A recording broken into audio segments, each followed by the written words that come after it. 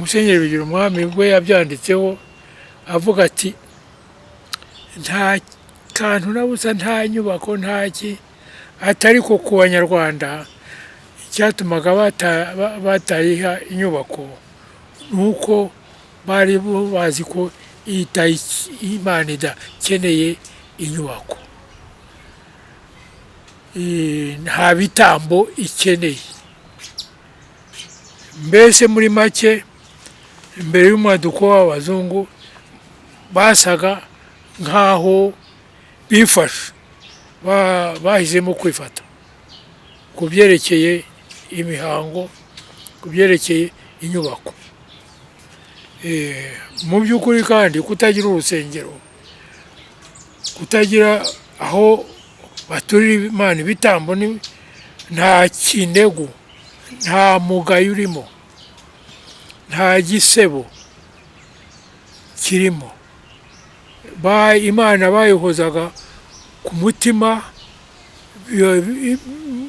uko iteye, uko ikora, bakabigaragariza muri bya bisingizo navuze, muri ya mazina. Cyakora hari utuntu tw'imbuza kurahira, habaye ahantu hari irarire, ahazwi nk'irarire ry'Intongwe mu ntara y'Amajyepfo, ngo abagore babuze urubyaro bakundaga kuhahurira bakambaza Imana ngo ibahe urubyaro, ntabwo baterekeraga cyangwa ngo babandwe. Nta wabikurikiranye ku buryo burambuye, na telefone ngo mbaze umuntu niba bakihita batyo, ariko birashoboka, ariko yenda byaba ari izina, kuko bene iyo mihango ubu ngubu hari impamvu nyinshi zituma itarakomeje, ariko habayeho, nkavuga ko ari nk'imbuza kurahira.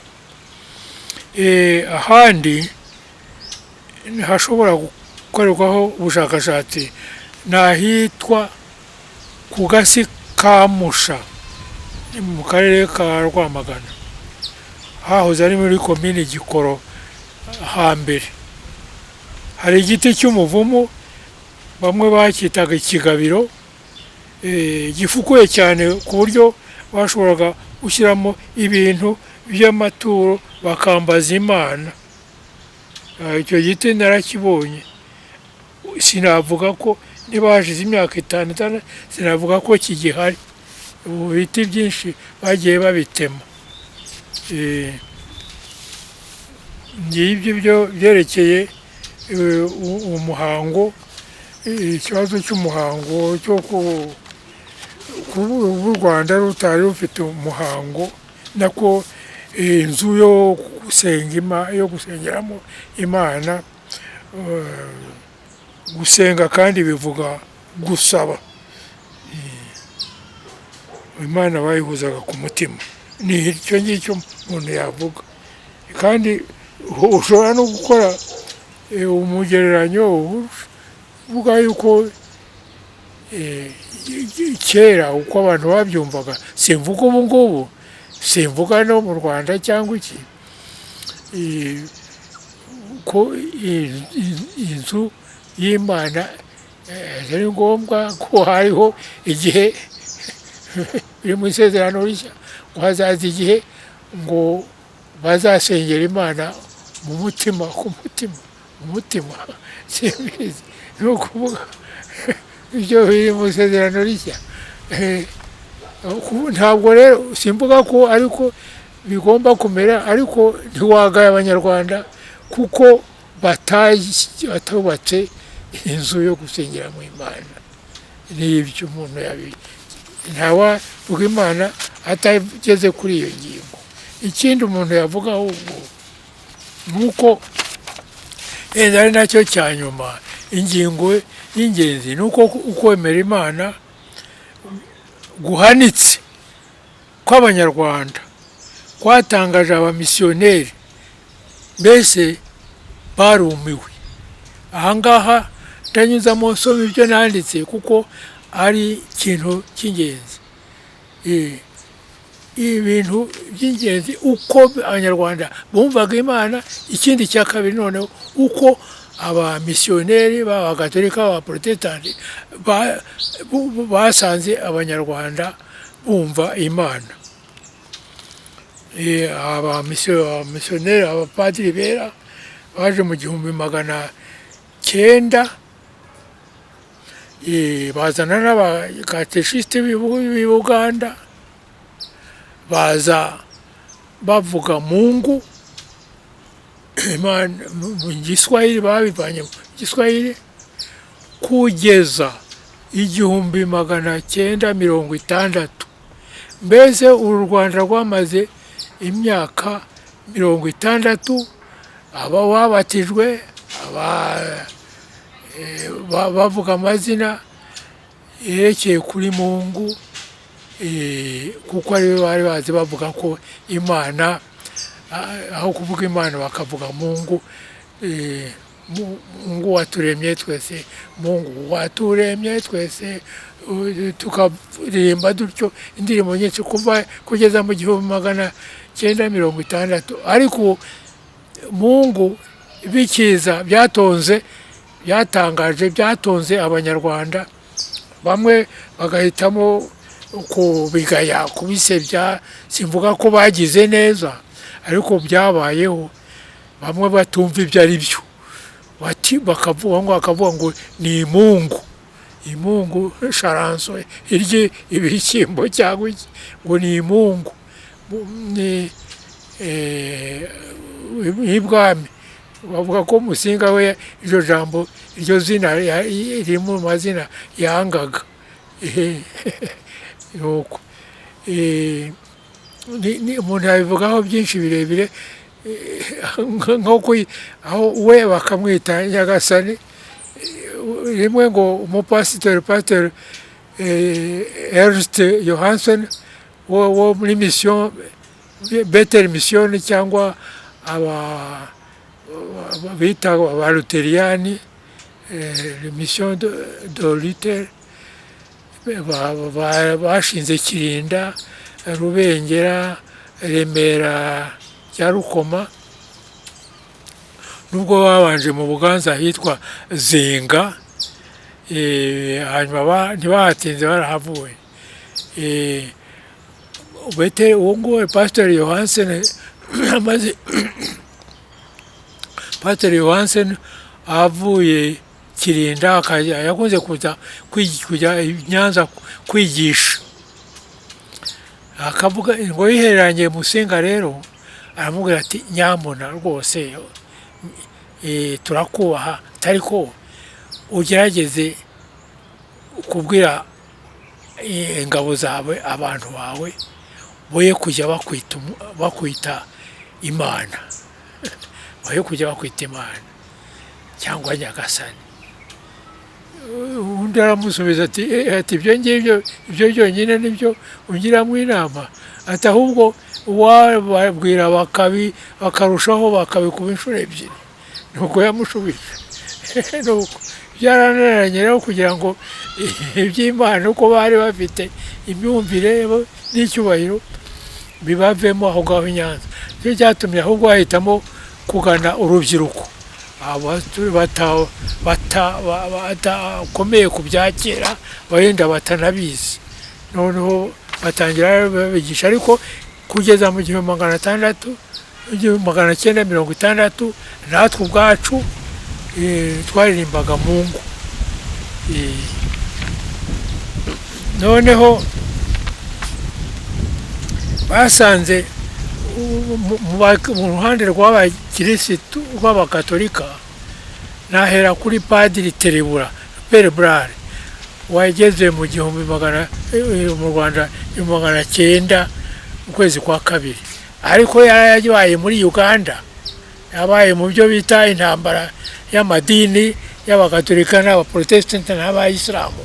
Byo birazwi cyane, birigwa byanditse no mu bitabo mu ruhande rwa Uganda. Babaye muri izo ntambara. tereburare yarahabaye, yabaye no mu kirwa cya Bukerewe cyangwa Ukerewe kiri mu majyepfo y'ikiyaga cya Victoria, yabaye na muri Tanzania hitwa Usowe. Urumva rero yageze no mu Rwanda akuze, ariko ageze mu Rwanda yumva bavuga Imana, bo bigisha Mungu bari kumwe n'abakatekisite, abigisha katekisimu b'Abaganda. Akavuga ati dore ubu nkavuga rero ubuhamya bwe bukubiye mu ibaruwa ndende yandikiye umukuru w'umuryango w'abapadiri bera, Cardinal Lavijori wabaga Alger muri Algeria, niho umuryango wavukiye, umuryango w'abapadiri bera. Akamwandikira rero ibaruwa ndende ivuga uko yabonye Abanyarwanda. Ibaruwa yo mu 1902, ni ukuvuga yaramaze imyaka ibiri mu Rwanda irenga. Uko yababonye, uko imyumvire yabo, imihango yabo, imigenzo yabo, ariko yagera ku Mana agafutura ati ndabivuga mu Kinyarwanda, byanditse mu Gifaransa ubundi, ariko nabihinduye mu Kinyarwanda. Ati bemera Imana igwa neza yahanze nako rurema, ikora rugira, ibakunda ikanakina nabo, iza nijoro igacugusa amazi mu bibindi, si iyo gutinya, ntabwo igomba gutinya, ntawe igirira nabi, nicyo gituma nta shwishwi yo kuramya wabasangana, nta kanunu ko gutura Imana igitambo, biyumvisha ko Imana itagira umubiri, kimwe n'indi imyuka imeze nk'igicucu. Ngibyo Imana ntibasobanura kamere yayo, ntabwo bavuga kamere yayo. By'umugereranyo banita Imana ibiri byiza byose, nk'umwami, inka, ibiti bimwe na bimwe, impigi zimwe na zimwe zibarinda imyuka mibi. Muri make birakusanya ibyinshi navuze mbere, uko Abanyarwanda babonaga Imana, uko urebye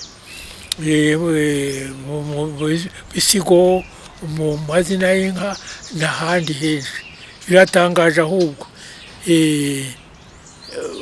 wenda nanyuzamo gake, ubundi si byo biteganyijwe.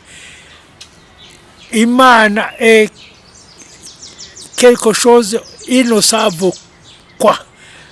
Par analogie, ils appellent encore Imana tout ce qui est bon, comme le roi, les vaches, certains arbres et certaines amulettes qui les protègent contre les mauvais esprits.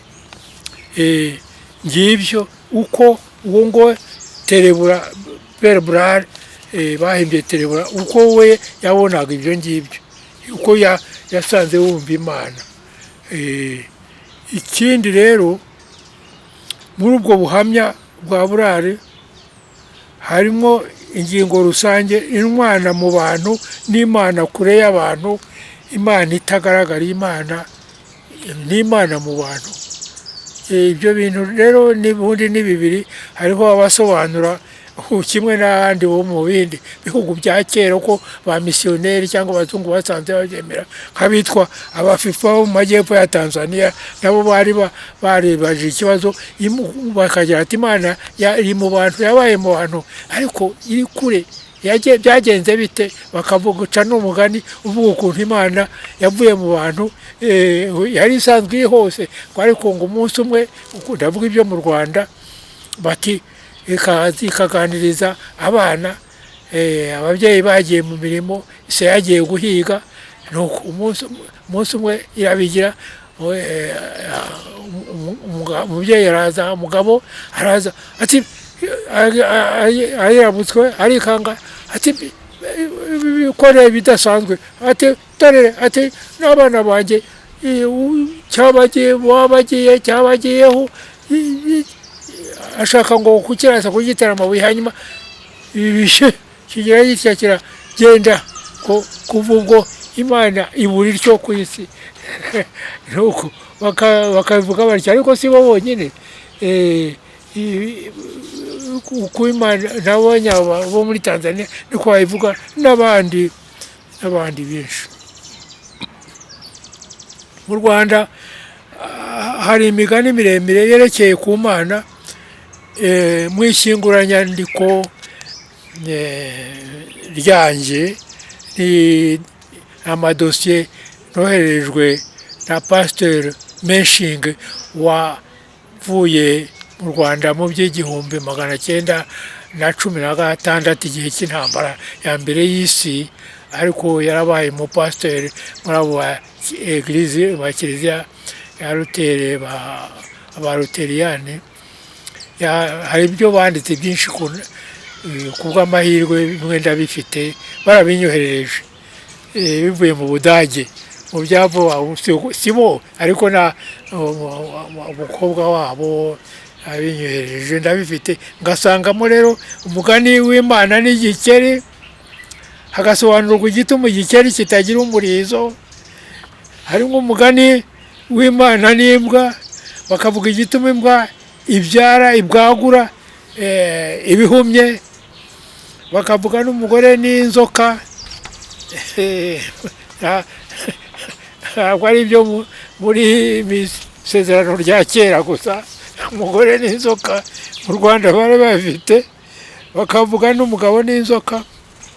Muri iyi ngiyi birihera hasobanurwa igituma umuntu apfa ntazuke, ariko inzoka yo igapfa ikiyuburura, niko babyumvaga. Biri muri iyo migani ndayifite. Nyikesha mugabo wa Pasteur Menshinge, ariko ni umuryango. Hakabaho rero, uretse ibya Padiri Terebura byerekeye Imana, hari igihamya ya Musenyeri Léon Classe waje mu Rwanda mu 1901. Yabaye Rwaza, hanyuma ab'Isave, hanyuma ab'i Kabgayi, muri Muhanga naho yabe Musenyeri yabuherewe mu Bubiligi, ariko Kabgayi niho hakuru kwa Musenyeri, abasenyeri, kugeza muri 1952 ho hazagaho indi diyosezi cyangwa vikariyate. Padiri Classe yari padiri ataraba musenyeri. Padiri Classe yavuye mu Rwanda, impamvu sinzivuga ko yavuye mu Rwanda, biri ukwabyo, byasaba ikiganiro kwacyo.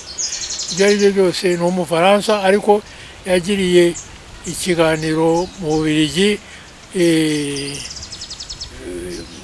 muri byo ahitwa Union Coloniale, aho bari mu mujyi wa Anvers, mu kirimi cyabo, mu rurimi rwabo Antwerp, Anvers. Union Coloniale abagiriraho ikiganiro ku Rwanda. Yaravuye mu Rwanda ku mpamvu izi n'izi, hanyuma agitanga ikiganiro aho ngaho. Ni no mu Bubiligi yahereye ubusenyeri, nubwo ari Umufaransa bwose.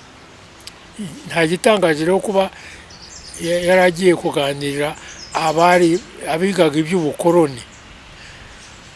Babwira rero uko byari bimeze ku byerekeye imyemerere y'Abanyarwanda. Nabishyize mu Kinyarwanda, biri mu Gifaransa ubundi, kandi byaratangajwe. Ati mu myemerere y'Abanyarwanda, Imana ni imwe rukumbi, kandi isumba ibiriho byose, ni rurema, ishobora byose, ikamenya byose, igatanga ibyiza byose, muri kamere ikaba igwa neza. Ngibyo imyemerere y'Abanyarwanda. Niba uze kubabwira ko Imana ari nziza rero n'ibindi byose, ntabwo ari agashya mu Rwanda, ntabwo ari inkuru nshyashya, yo kwigwa neza. Ibyo Musenyeri Classe yabisobanuye atyo, biri mu byaratangajwe muri review yitwa Kongo. Igihamya yindi ni ya Padiri Peter Schumacher, Umudage. Padiri Schumacher bari baramuhimbye akabyiniro ngo urwego, yari muremure akagenda yemye neza. Yakunze gukurikirana Ikinyarwanda, yandika na dictionnaire inkoranya y'Ikinyarwanda. Hanyuma yanditse no ku Rwanda n'Abanyarwanda, usibye ko mbigorore, usibye ko yagiye mu gihiriri kivuga ngo Abanyarwanda barimo Abahamite, abantu bakomoka muri Aziya, Abatutsi, hakaba Abantu, Bahutu n'ibiki. Ajya muri icyo kintu kandi aragikwirakwiza mu nyandiko nyinshi. Ibyo ngibyo ntabwo ari byo nkurikirana aha ngaha, ndavuga gusa uko ibyo yavuze ku Mana. Yageze mu Rwanda mu 1907, niwe Mudage wa mbere wageze mu Rwanda. Yanditse asobanura, aranga abo akesha ibitekerezo byerekeye ku Mana. Yakomeje avuga ko ababikesha ibyo yanditse ari Kayijuka wari umwiru, ari na Ruzigaminturo nawe. Abantu bombi bahamije ko ibyo bamubwira atari ibyiganano, atari byo bakopoye bumvanye abakirisitu, ko ahubwo ari ibya gakondo, ari byo bazi ubwabo. Ibyo Abanyarwanda bemeraga, Imana rurema yaremye byose na bose, itagira iherezo, izira imbebya, ni ukuvuga nta makemwa, izira inenge, yigenga, iri hose, indasogombwa, ntabwo wayisumba ngo urayihaka, urayigira uko ushaka. Ni nziza, ni ntagereranywa, nta kibuze. Iyo myemerere yatumye Abanyarwanda batagira inyubako bahuriramo ngo baramye Imana banayisenge. Nta muhango, nta maturo n'ibitambo bayigeneye, ntibikeneye Imana, ntibikeneye. Ngiryo isomo Abanyarwanda bahaye Padiri Peter Schumacher mu bya kera. Iryo ni isomo. Abo ni Abakatolika. Abapasitori, Abaprotestani, hari Pastor Ernst Johansson yanditse n'igitabo, nuko cyanditse mu Kidage, Rwanda Kleine Anfang Grosse Aufgaben. Ni yacyanditse mu by'1912 niba nibuka. Igitabo uko cyanditse mu Kidage, ariko kivuga uko yumvise Abanyarwanda, uko yumvise u Rwanda. Na Pastor Menshing bashishikajwe no kumenya uko Abanyarwanda bumvaga Imana, barabaririza babikurikiranye cyane, batanavanyeho guhita bigisha ko Yesu yapfiriye abantu, ibyo babyita kerigme, guhita ugera ku ngingo udaciye hirya. Ntibabigize kugira ngo babyifashishe, ntibabaje abanyarwanda uko bemeraga Imana ngo bahereho, oya, ntabwo ariyo nzira. Icyo gihe byari agahararo ko kumenya abantu hirya no hino ku isi, ari muri Afurika ari hehe, abo bamisiyoneri n'abashakashatsi, kumenya ibyo imiryango uko imeze, uko bakora ibyo bemera, ibyo batekereza. Babyitaga etinoloji. Hakaba n'ibinyamakuru byabyo bandikaga, nk'ubwo we yandikaga mu kinyamakuru cyitwa, nako si ikinyamakuru, n'inkiko, ni nk'igazete kirekire kinini cyitwaga Anthropos, bagiye batangazamo byinshi ku Rwanda. Cyandikirwa mbere na mbere i Vienne muri Autriche, hanyuma kimukira mu Budage. Bitangajemo byinshi rero. Bagira bati, ndabivuga muri make, ingingo ebyiri: Imana ni ingufu kamere yigenga, ikanagenga ubugingo n'urupfu. Cya kabiri, Imana irema kandi ikayobora ubugingo, ikagena nk'umucamanza amaherezo ya muntu ikurikije imyitwarire ye. Ngibyo uko nanjye nabishyize mu magambo make, ibyo banditse bavuga ko babishyikirijwe n'Abanyarwanda kandi atari ibikoporano. Iyo myanzuro bagezeho yababereye ikibazo. Bati, bishoboka bite ko abirabura twumvise, twabwiwe kandi tubona baba barageze ku mahame y'ingenzi ahambaye atyo, ameze atyo? Bati, bagomba kuba barabikuye muri Aziya, yenda barabizaniwe n'Abahamite, abo baba baranyuze muri Etiyopiya, Abatutsi, ahari baraturutse muri Aziya, ahari ibyo. Hari Abanyarwanda ubwabo ntibashobora kugera ku gitekerezo cy'uruhanika gihimbaje kandi aka kageni kerekeye Imana. Ngibyo nguko uko abanyamahanga, abapadiri, abamisiyoneri babonye, bumvise, ngibyo basanganye, ibyo basanganye Abanyarwanda byerekeye Imana. Iyo ngingo ndumva nyishoje, uwashaka yakurikirana bakumva ko Imana nyine Abanyarwanda uko bayumvise. Noneho ndangize ngira nti, byaba byiza n'uwigisha biba ikorowani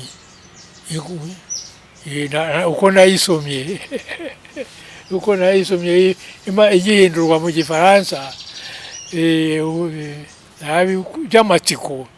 Hagize n'amatsiko nsoma ibyo bita za Veda, nk'ibitabo by'Ababudisite. Naho ukurikiye n'umuhango muri Aziya, mu gihugu siniriwe nyivuga umuhango, uwo muhango w'Ababudisite, uko ibishura byabo bya zahabu n'ibindi, n'imyifatire n'ibiki bagize batya. Kera abapadiri yazaga mu misa yifasha, aje gusoma misa n'abahereza n'ibiki, ibyo byose mu by'ukuri babikomora muri Aziya. Ariko ubu baragenda batya baza gusoma misa n'ibindi, byarahindutse. Ariko n'ibyavuba nyuma ya 1960. Ariko Abanyazi abo ngabo Ababudisite abaki bakagira batya, nabibonye nagasoma n'ibitabo byabo bikomeye kubyumva, kumva amahame arimo. Noneho ujuri Umubudisite, ujuri umuyisilamu uri umugatolika turi umuporotesitanti turi umuadivantisite uzanye bibiliya ese ntibyaba byiza wenda ni igitekerezo si mfite uburenganzira ntibyaba byiza umenye abo ubwira uko byo bumva na abakurambere bakora mora ku bakurambere. Musenyeri Bigirumwami yanditse agatabo kitwa Muntu avuga ko yicuza kuba yaramanitse ubukirisitu nk'uwagika umuzinga mu giti mu mashami y'igiti wa muzinga ntugire aho uhurira n'umuzi n'imizi n'igiti ubwacyo. Kuba yarahanganye yarashyamiranyije ubukirisitu n'imyemerere gakondo kuba ubishyamiranya yagize ati ntabwo ari byiza sinakoze neza gushyamiranya ikintu by'u Rwanda ntaramenya impamvu zabyo. Hari ahandi agira ati mu gitabo cye cy'imihango imigenzo n'imiziririzo mu Rwanda cyagiye kigira amacapiro inshuro kijya mu icapiro inshuro ebyiri eshatu enye.